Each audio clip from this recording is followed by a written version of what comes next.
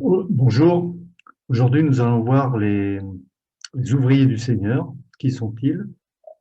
Les 5 dons les plus importants, essentiels à l'édification du corps de Christ, l'Église de Jésus-Christ. Nous allons d'abord lire dans la lettre aux Éphésiens, au chapitre 4, versets 11 à 14. C'est lui qui a fait don de certains comme apôtres, d'autres comme prophètes, d'autres comme évangélistes, et d'autres encore comme pasteurs et enseignants. Il a fait don de ces hommes pour que ceux qui appartiennent à Dieu soient rendus aptes à accomplir leur service en vue de la construction du corps de Christ. Ainsi, nous parviendrons tous ensemble à l'unité de la foi et dans la connaissance du Fils de Dieu, à l'état d'adulte, à un stade où se manifeste toute la plénitude qui nous vient du Christ. De cette manière, nous ne serons plus des petits enfants ballottés comme des barques par les vagues et emportés çà et là par le vent de toutes sortes d'enseignements, à la merci d'hommes habiles à entraîner les autres dans l'erreur.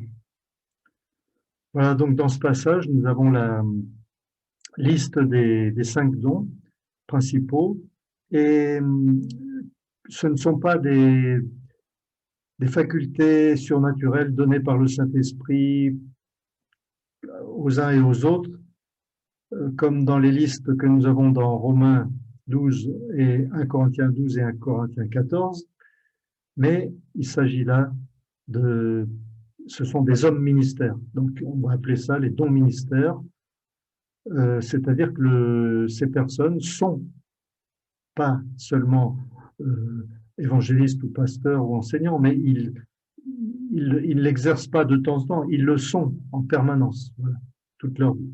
Et ce sont des dons, c'est la personne elle-même qui est donnée au corps de Christ. Dans quel but? Dans le but de nous amener tous à la perfection, à la connaissance du Fils de Dieu, à l'unité de la foi, à l'état d'adulte. C'est-à-dire qu'il ne faut pas rester des bébés spirituels. À un stade où se manifeste la plénitude de Christ. Alors on ne sera plus comme des petits enfants, ballottés à tout vent de doctrine par la tromperie des hommes, mais on sera des hommes et des femmes faits, mûrs. Voilà. Donc dans ce texte, les dons sont des hommes, les hommes que Dieu donne à l'Église. Parce que dans les autres listes de dons, il s'agit de capacités spirituelles que le Saint-Esprit nous donne lorsqu'il vient en nous au moment de la nouvelle naissance. Malheureusement, tous ces dons existent aussi en faux. Et oui, tout ce qui est en vrai est en faux. Le diable n'a pas le pouvoir de créer, il n'y a que Dieu qui l'a. Mais le diable a le pouvoir d'imiter ce que Dieu fait. Donc, il est passé maître dans l'art de la contrefaçon. Oui, il a 6000 ans d'expérience, donc il est vraiment très doué. Et il arrive à faire tout ce que Dieu fait, il arrive à l'imiter en contrefaçon.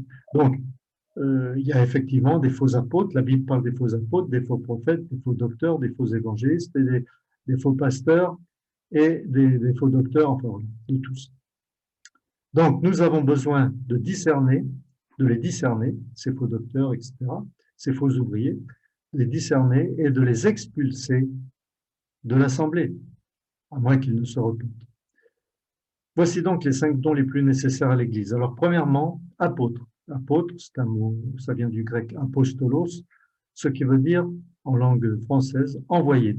Donc, envoyé par quelqu'un.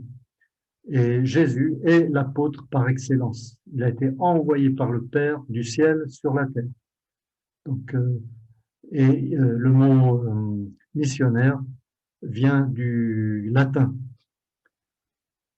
Voilà, donc nous ne parlons pas ici des 12 apôtres, enfin 11, puisqu'il y en a un qui a été éliminé, qui ont reçu un ministère unique pour la fondation de l'Église, l'établissement de la doctrine de Christ et la rédaction, enfin pour certains en tout cas, la rédaction du Nouveau Testament.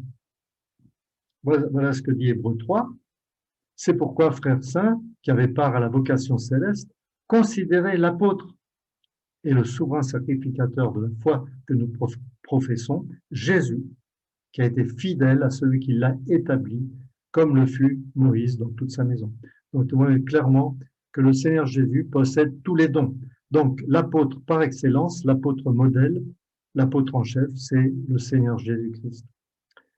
Alors, dans Acte 13, nous avons un exemple formidable de ce qu'on pourrait appeler la première église d'origine païenne, la première église missionnaire. Il y avait dans l'église d'Antioche, donc Acte 13, 1 à 3, il y avait dans l'église d'Antioche, alors il ne faut pas confondre, il y a deux Antioches, il y a Antioche en Pisidie et Antioche en Syrie. Là, c'est Antioche de Syrie. Il y avait des prophètes, alors des prophètes et des docteurs. Donc vous voyez, c'était une église riche. Hein. Malheureusement, aujourd'hui, ça existe quasiment plus. Alors Barnabas, Siméon, appelé Niger, Lucius de Cyrène, donc Niger était probablement originaire d'Afrique noire, et Lucius probablement du Maghreb. C'était des juifs quand même. Hein.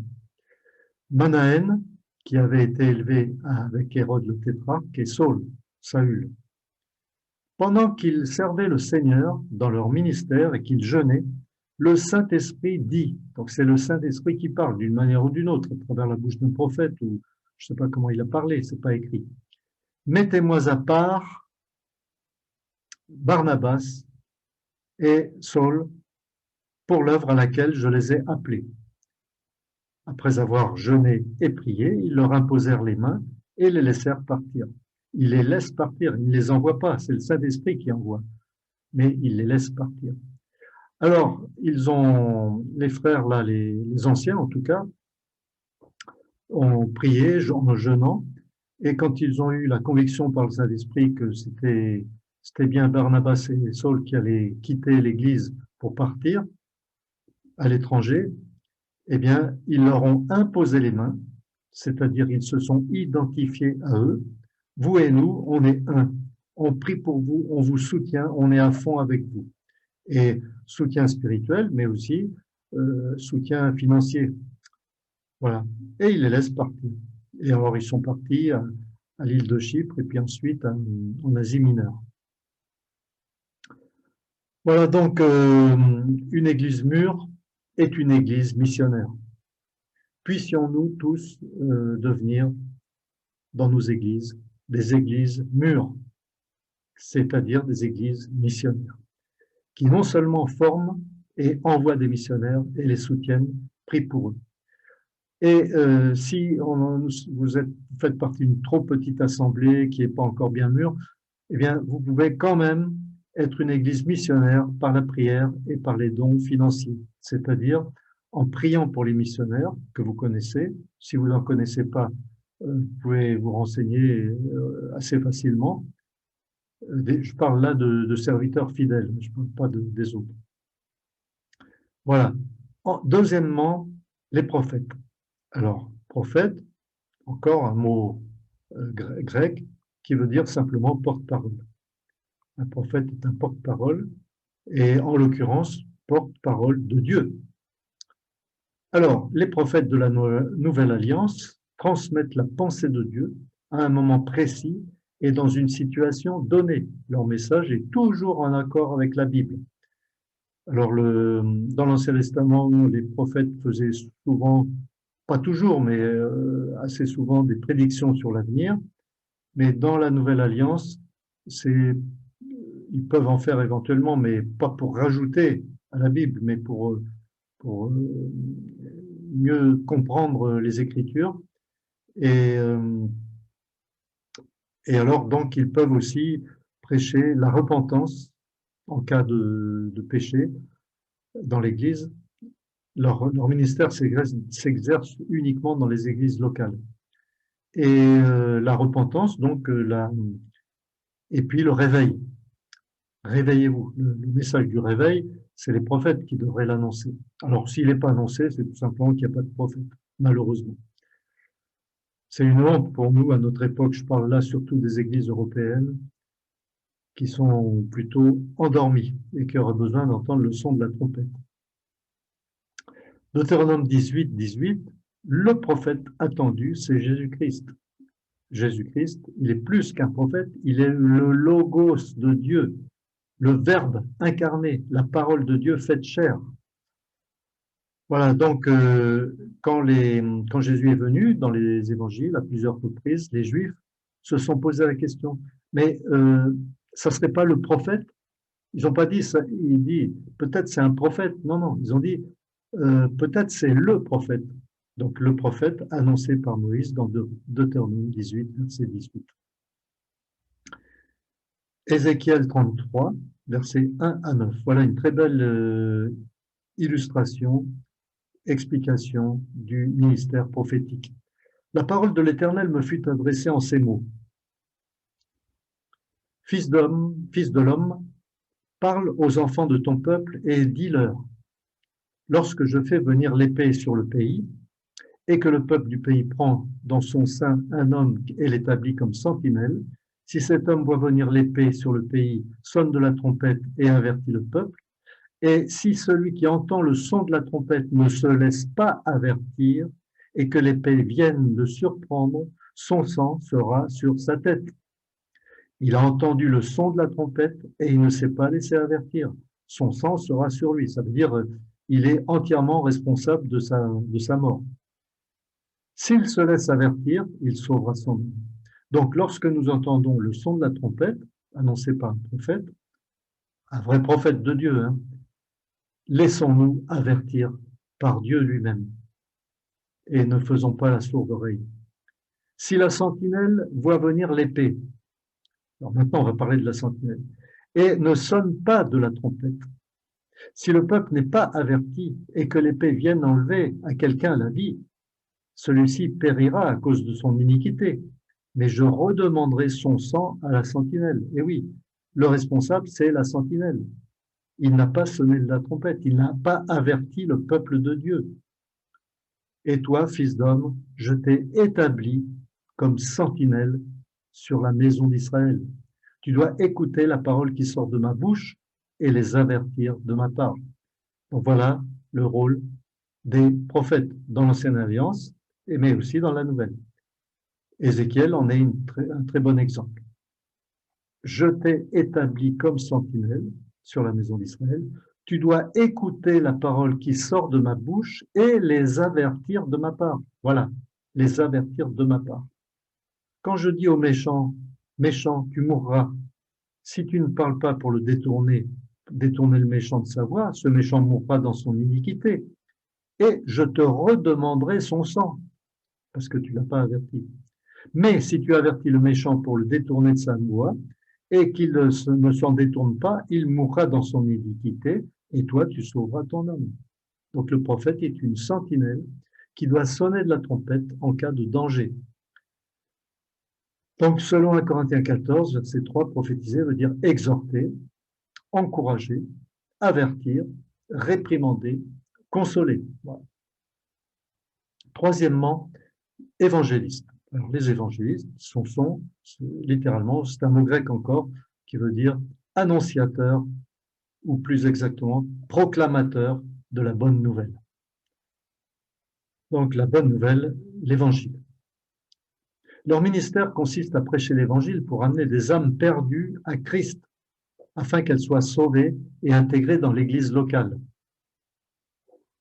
Nous ne sommes pas tous évangélistes, mais tous nous sommes des témoins de Christ. Il ne faut pas confondre, hein. Le témoignage et l'évangélisation, c'est deux choses différentes. Tout enfant de Dieu est un témoin de Christ. Par contre, certains frères sont des évangélistes. Alors, il y en a qui sont spécialisés pour les foules, d'autres sont spécialisés pour le travail un à un, d'autres sont spécialisés pour, par exemple, les enfants, pour les adolescents, d'autres sont spécialisés pour les musulmans, d'autres sont spécialisés pour les... Enfin bref, toutes sortes de spécialisations. Dans la Bible, nous avons quelques exemples. Jésus-Christ, d'abord, est le prédicateur de la bonne nouvelle. Il est l'évangéliste par excellence, l'évangéliste parfait, l'évangéliste modèle. Et il l'a fait de ville en ville et de village en village. Il est plus que l'évangéliste, il est le sujet même de la bonne nouvelle. Et il est lui-même la bonne nouvelle. Ce qui fait que quand nous prêchons l'évangile, en fait, nous prêchons Jésus-Christ. Voilà ce que dit Acte 8 avec l'évangéliste typique qui s'appelle Philippe. acte 8, 5. Et là, nous avons deux sortes d'évangélisation. Alors lui, il était très doué à la fois pour le un à un et aussi pour les foules. Philippe étant descendu dans la ville de Samarie, il prêcha le Christ. Ouais, il prêche Christ. Les foules tout entières étaient attentives à ce que disait Philippe. Un ange du Seigneur. Alors voilà, donc ça c'est, vous pouvez lire la suite dans le chapitre 8. Il a annoncé l'évangile à toutes sortes, des grandes foules de Samaritains. Et ensuite, un ange du Seigneur s'adressa à Philippe, lui dit, lève-toi et va du côté du Midi sur le chemin qui descend de Jérusalem à Gaza, celui qui est désert. Il se leva et partit, obéissance immédiate. Et voici un Éthiopien, c'est-à-dire quelqu'un qui vient d'Afrique, un Africain. Il était ministre des Finances de la reine d'Éthiopie. Mais cet homme-là s'est converti au judaïsme, c'est-à-dire au Dieu d'Israël. Il a fait un voyage, un grand voyage, jusqu'à Jérusalem. Et là, très probablement, il s'est procuré un livre, ou plutôt un rouleau, du prophète Ésaïe. Et alors, il retourne chez lui en lisant. Alors voilà, je continue ma lecture. Voici un Éthiopien, lisez le prophète Ésaïe. L'Esprit dit à Philippe, avance et approche-toi de ce char. Philippe accourut et entendu l'Éthiopien qui lisait le prophète Ésaïe. Il lui dit, comprends-tu ce que tu lis? Et alors, il répond, ben non, je comprends pas parce que j'ai personne pour m'aider, personne pour m'expliquer. Alors, il fait monter Philippe sur son char et les voilà tous les deux partis sur le char, sur la route, pendant le voyage du retour. Il y avait également des serviteurs, probablement, qui s'occupaient de cet homme. Alors Philippe, ouvrant la bouche et commençant par ce passage, lui annonça la bonne nouvelle de Jésus. Voilà, c'est une très bonne chose qu'il a fait. Il est parti d'une prophétie concernant la première venue de Jésus-Christ sur la terre, ses souffrances et sa mort sur la croix. Commençant par ce passage, il lui annonça la bonne nouvelle de Jésus. Comme ils continuaient leur chemin, ils rencontrèrent de l'eau. L'eunuque dit, « Voici de l'eau, qu'est-ce qui empêche que je sois baptisé ?» Philippe dit, « Si tu crois de tout ton cœur, cela est possible. » L'eunuque répondit, « Je crois que Jésus-Christ est le Fils de Dieu. » Alors, vous voyez, là, il y a deux choses. Il y a la foi du cœur et il y a la déclaration de la bouche, ce qui correspond à ce que dit l'apôtre Paul dans Romains chapitre 10. On est sauvé par la foi du cœur, mais aussi par la déclaration de la bouche. Alors, sur cette déclaration, donc voilà, il a dit ce qu'il croyait avec la bouche. Alors, ensuite, il fit arrêter le char. Philippe et l'eunuque descendirent tous deux dans l'eau, je sais pas, c'était un lac, c'était une rivière, c'était un abreuvoir, c'était une citerne, on n'en sait rien, peu importe, c'était de l'eau. Donc, ils descendent tous les deux dans l'eau et Philippe baptisa l'eunuque. Baptisa, c'est-à-dire immergea. Donc, Philippe l'a plongé tout entier dans l'eau. Et voilà, et cet homme est reparti dans son pays d'origine, tout content et joyeux. Et on n'en sait pas plus sur lui, mais on le reverra au ciel. Donc l'évangile est arrivé en Afrique, probablement avant d'arriver en Europe. Alors, Philippe, donc, a exercé son ministère soit avec une foule, soit avec une seule personne. Quatrièmement, les pasteurs. Le mot pasteur veut simplement dire berger. Qu'est-ce qu'un berger? C'est quelqu'un qui prend soin des brebis, tout simplement. Il ne faut pas confondre le don et le titre. Il y a beaucoup de gens qui portent le titre de pasteur parce qu'ils ont fait des études, ils ont un diplôme et ils sont donc pasteurs salariés, mercenaires si vous préférez. Et il ne faut pas confondre ça avec le don. Le don vient de Dieu. Le don ne s'apprend pas à l'école. On peut aller dans une école biblique pour se former, mais il ne faut pas confondre les choses. Un don ne s'apprend pas à l'école. On ne devient pas pasteur en étudiant à l'école, c'est un don de Dieu. Il ne travaille pas seul, mais en équipe. Donc, il travaillera avec les anciens et, dans certains cas, avec son épouse, s'il est marié, mais il est nettement préférable qu'il soit marié et qu'il ait des enfants. Et alors, lorsqu'il y aura des problèmes de couple, par exemple, des chrétiens de l'Église ont des difficultés, eh bien, c'est lui, pas lui tout seul, jamais, mais lui et son épouse, ou, euh, enfin, ou un autre couple avec lui, qui vont aller aider ce couple en difficulté.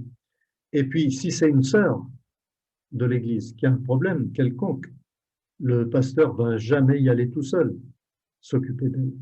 Là, c'est la catastrophe. Donc, il va s'en occuper avec son épouse. Jean 10, versets 11 à 16. Je suis le bon berger. Voilà, je suis, c'est la révélation de l'identité divine de Jésus-Christ. Je suis le bon berger. Le bon berger donne sa vie pour ses brebis, mais le mercenaire, c'est le salarié. Le mercenaire, qui n'est pas le berger et à qui n'appartiennent pas les brebis, voit venir le loup. Le loup. On peut voir le diable là, les démons. Voit venir le loup, il abandonne les brebis et prend la fuite. Et le loup les ravit et les disperse. Ça peut provoquer donc des divisions dans l'Église. Le mercenaire s'enfuit parce qu'il est mercenaire et qu'il ne se met pas en peine des brebis. Je suis le bon berger. Donc nous voyons très clairement que le Seigneur Jésus, il est lui-même tous les dons à la perfection. Je connais mes brebis, il connaît ses brebis, et elles me connaissent, comme le Père me connaît et comme je connais le Père, et je donne ma vie pour mes brebis. J'ai encore d'autres brebis qui ne sont pas de cette bergerie. Celles-là, il faut que je les amène. Elles entendront ma voix et il y aura un seul troupeau et un seul berger. Alors là, on peut voir évidemment tout de suite le premier troupeau, c'est le troupeau d'Israël, c'est-à-dire les tout premiers convertis à Christ étaient tous des Juifs. L'Église primitive était composée exclusivement de Juifs. Mais par la suite, l'Évangile a été annoncé aux païens. Et alors, il y aura, pour finir, un seul troupeau et un seul berger. Un seul troupeau composé de païens et de juifs et un seul berger. Jésus-Christ est le bon berger, le propriétaire du troupeau. Il a dit, c'est son troupeau à lui. Hein. C'est pas le troupeau à nous, aux anciens, aux pasteurs et tout ça. Non, non. Jean 21, versets 15 et 16. Après qu'ils eurent mangé, Jésus dit à Simon-Pierre, Simon, fils de Jonas, m'aimes-tu plus que ne m'aiment ceux-ci? Il répondit, oui, Seigneur, tu sais que je t'aime. Jésus lui dit, paie mes agneaux. Il lui dit une seconde fois, Simon, fils de Jonas, m'aimes-tu? Pierre lui répondit, oui, Seigneur, tu sais que je t'aime. Jésus lui dit, paie mes brebis. Voilà, l'apôtre Pierre a reçu un ministère pour s'occuper d'une part des agneaux, c'est-à-dire des nouveaux convertis, ce qui s'est fait, par exemple, au début du livre des Actes, après la Pentecôte. Et puis, après, il lui dit, paie mes brebis, c'est-à-dire, tu vas aussi prendre soin de mes disciples qui sont mûrs. Voilà. Donc, il lui a dit après une troisième fois, même, le pasteur prend soin du troupeau, soigne les brebis blessées.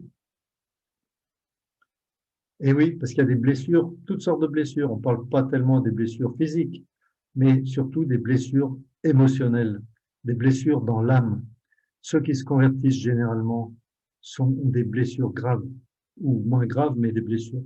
Par exemple, une femme qui a été battue, quelqu'un qui a été abandonné par ses parents, les enfants de parents divorcés, quelqu'un qui a été alcoolique ou quelqu'un qui était drogué. Enfin bref, toutes sortes de blessures émotionnelles qui ont besoin de guérison. Qui s'occupe de ces guérisons? Qui va s'occuper de mettre des bandages et du vin et de l'huile sur les plaies, comme dans la parabole du Samaritain? Eh bien, ce sont les pasteurs, les bergers, c'est leur travail. Si ils ne le font pas, ben, c'est pas des vrais bergers, tout simplement. Et malheureusement, aujourd'hui, dans la plupart des églises, il y a énormément de brebis blessés qui ne trouvent pas de guérison, qui sont blessés toute leur vie. Voilà. Donc, les églises restent dans un état de faiblesse, un état de bébé spirituel, et les églises ressemblent plus à une clinique qu'à une église. Alors, il y a les malades aussi, toutes sortes de malades, malades physiques, malades dans l'âme, malades spirituels. Donc, c'est le pasteur qui s'en occupe. Et il y a aussi les brebis égarées, c'est-à-dire qu'il y a des frères et sœurs, pour une raison ou une autre, qui sont tombés dans un piège quelconque et qui se sont éloignés de l'assemblée. Alors, qui va les chercher? Eh bien, si c'est un vrai berger, il va tout faire pour aller les chercher, comme le Seigneur Jésus a fait pour nous. Jérémie 23, versets 1 à 4, et puis Ézéchiel 34 aura des passages très importants sur les faux pasteurs. Les faux pasteurs nous servent d'exemple pour savoir ce qu'il ne faut pas faire. Alors, si vous voulez savoir ce qu'est un faux pasteur, lisez ces deux passages. Cinquièmement, les docteurs. Docteurs veut simplement dire enseignants. Alors, ils sont chargés de donner à manger au troupeau du Seigneur. Donc, c'est pas les pasteurs qui donnent à manger, ce sont les docteurs. C'est-à-dire, ce sont eux qui expliquent les doctrines bibliques, toutes les doctrines bibliques, pas celles qui sont à la mode, pas celles qui font plaisir, qui caressent dans le sens du poil, celles qui flattent l'ego. Non, non. Pas celles qui sont un dada pour eux. Non, non. Toutes les doctrines bibliques, à partir de Genèse 1 jusqu'à Apocalypse 22. Ils sont chargés de donner à manger au troupeau du Seigneur en fonction de l'état de croissance de chacun. Et oui, parce que dans une assemblée, il y a des vieux convertis, mais il y a aussi des nouveaux convertis, c'est-à-dire des bébés spirituels. Un bébé spirituel, il lui faut du lait. Et un ancien converti, il lui faut de la nourriture solide. Donc, les enseignants doivent donner à manger à tous et doivent s'assurer que tout le monde a bien compris. Alors, parfois, il y a des gens qui ont un niveau intellectuel très bas, et bien, il faut s'assurer qu'ils aient compris quand même. Et parfois, il y a des gens qui sont étrangers, qui ne maîtrisent pas bien la langue. Alors, il faut leur expliquer aussi. Ils expliquent toutes les doctrines bibliques. Psaume 15, verset 2. La langue des sages rend la science aimable, et la bouche des insensés répand la folie. Donc, la langue des sages rend la science, la connaissance aimable, attirante, intéressante.